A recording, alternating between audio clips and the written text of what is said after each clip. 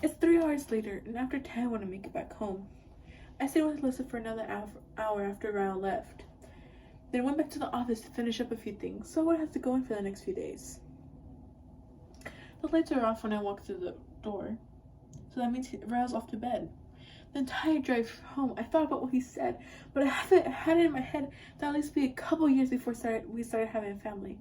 I mean, I'm 25, and I'm still not ready for it yet. But knowing it's now something he's actually thinking of has put me in an incredibly happy mood. I decided to make myself a quick bite to eat before waking him up. I haven't had dinner yet, and I'm starving. When I flip up the kitchen light, I scream, "Jesus Christ, Ryan, what are you doing?" After coming home from a long day, Lily walks through the door without knowing what's about to happen. She experienced gruesome and traumatic events that caused by someone that she trusted and loved, Ryle. This incident ends with us by Colleen Hoover. There is a trigger warning for domestic abuse to this piece. Thank you. I noticed he's holding a Boston magnet. I brought it from my old apartment and stuck it in our new fridge. "Where did you get this?" he says. I look at the magnet, then back at him. I don't want to say I got it from Alice on my 16th birthday. I would already bring up a Ready Star subject. I can't remember. I've had it forever. He reaches beside him and says, "Did you get a chance to read it?" "Not yet." He has in the newspaper. "Read it out loud," he says. I start reading the article out loud, but he takes a step forward and grabs the newspaper and says, "Not the whole thing." He flips the paper over and starts at the middle of the article and puts in a random sentence. "Read the last few paragraphs." I look down, even more confused this time, but would ever get past this. This business with the highest number of votes should come as no surprise, as the iconic Bibbs on Markeson opened in April of last year, quickly becoming one of the highest rated restaurants in the city, according to TripAdvisor. I stop reading and look at Ryle. He's poured himself more scotch and swallowing a sip of it. "Keep reading," he says, nudging his head. The owner, Alice Corrigan, is a 2-time awarding chef and also a United States Marine. It is no secret that the acronym BIBS for his highest successful restaurant stands for Better in Boston. I clench my stomach trying to keep my emotions under control as I keep reading. But when interviewed regarding his most recent award, the chef finally revealed the true history of the meaning behind the name. "It's a long story," Chef Corrigan stated. It was a homage to a girl that really meant a lot to me. She still means a lot to me. I put the newspaper on the counter and say, "I don't want to read this anymore." Ryle takes 2 swift steps forward, grabs the newspaper, and picks up where I left off. His voice, loud and angry. When asked if the girl was aware he named the restaurant after her, Chef Corrigan smiled knowingly and said, "Next question." The Ryle's voice made me nauseous. "Ryle, stop it," I say. "You've had too much to drink." I push past him and walk quickly toward the hallway, toward my bedroom. There's so much happening right now. I'm not sure if I understand any of it. I know it was me. Alice knew it was me. But how would Ryle put 2 and 2 together? And the magnet, how would he know it came from Alice? He's overreacting. I hear him following me down the hallway. I swing open the bedroom door and come to a sudden halt. I can hear him. The bed is littered with things. An empty moving box with the words "Lily Stuff" on the side, and all the contents all scattered around the room. I close my eyes and breathe slowly. He read the journal. No, he read the journal. His arms come across my waist from behind. He slides his hand up my stomach. His other hand feathers my shoulders as he moves my hair away from my neck. I squeeze my eyes shut. He slowly runs his finger over my heart on the shoulder, and a shudder runs over my body.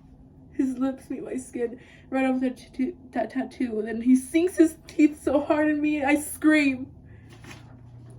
I try to pull myself away from him, but he has such tight grip around me. He doesn't even budge. The pain from his teeth is piercing through my collarbones, through my shoulder, and down my arm. I immediately start crying, sobbing. Ryle, let me go, I say, my voice pleading. Please walk away. His arms are cutting into mine as he holds me tightly from behind. He spins me, but eyes are so closed. I'm too scared to look at him. His hands are digging into my shoulders as he pushes me toward the bed.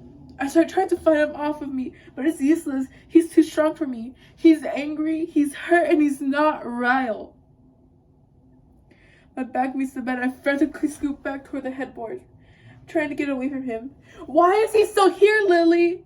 His voice not as composed as it was in the kitchen. He's angry now. He's in everything. The magnet on the fridge, the journal on the box I found in our closet, that tattoo on your body. Ryle, I beg. I can't explain. Tears are streaked down my temples and into my hair. You're angry. Please don't hurt me. Please walk away. When he comes back, I'll explain. His hand grips my ankles and yanks me into beneath him. I'm not angry, Lily, he says. I just think I haven't proven to you how much I love you. His body comes against mine and he takes my wrists with one hand above my head, pressing them against the mattress. Ryle, please. I'm trying to push him off of me with any part of my body. Get off of me, please. I love you, Lily, he says, his words crashing against my cheek. More than he ever did. Why can't you see that? My fear folds in on myself. I become diluted with rage. All I can see when I squeeze my eyes shut is my mother crying on our old living room couch. My father trying to force himself on her. Hatred rips through me and I start to scream. Ryle tries to snuffle my screams with his mouth, but I bite down on his tongue. His word comes crashing against mine in an instant. All the pain fades as a blanket of darkness rolls over my eyes and consumes me. I could feel his breath against my ear as he mutters something inaudible. My heart is racing, my whole body is shaking, my tears are still somehow falling, and I'm gasping for air. His words are crashing against my ear, but the pain is throbbing in my head. It's too hard for me to decipher his words. I try to open my eyes, but it stings. I can feel something trickling into my right eye, and then instantly I knew it's blood. My blood. His words began to come into focus. I'm sorry. His hands are still pressing mine against the mattress. He's on top of me, but he's no longer forcing himself on me. Lily, I'm sorry. I love you. His words are full of panic. He's kissing me. His lips are gentle against my cheek and my mouth. He knows what he's done. He's Ryle again. He knows what he's done to me, to us, to our future. I utilize his panic to my advantage. I shake my head and whisper, it's okay. It's okay, Ryle. You were angry. It's okay. His lips meet mine in a frenzy. The taste of scotch makes me want to puke again. He's whispering apologies when the room begins to fade. My eyes are closed. We're still on the bed, but he's no longer fully on top of me. He's on his side, his arms tightly against my waist, his head pressed against my shoulder. I remain stiff as I assess everything around me. He's moving, but I could feel his breath, heavy with sleep. I don't know if he passed out or he fell asleep. The last thing I can remember is his mouth on mine and the taste of my own tears. I lie still for several minutes. The pain of my head begins to worsen with every minute of consciousness. I close my eyes and try to think, where are my keys? Where's my purse? Where's my phone? It takes me a full 5 minutes to slide out from under him. I'm too scared to move too much at once, so I move an inch at a time. until I'm able to roll onto the floor. When I could no longer feel his hands on me, and the unexpected sobs breaks through my chest. But I pull myself up to my feet, run out of the bedroom, find my purse, and find my phone. But I have no idea where he put my keys. I frantically searched the living room and the kitchen, but I could barely see anything. When he headbutted me, it must have left a huge gash on my forehead because there's too much blood in my eyes and everything's a blur. Thank you.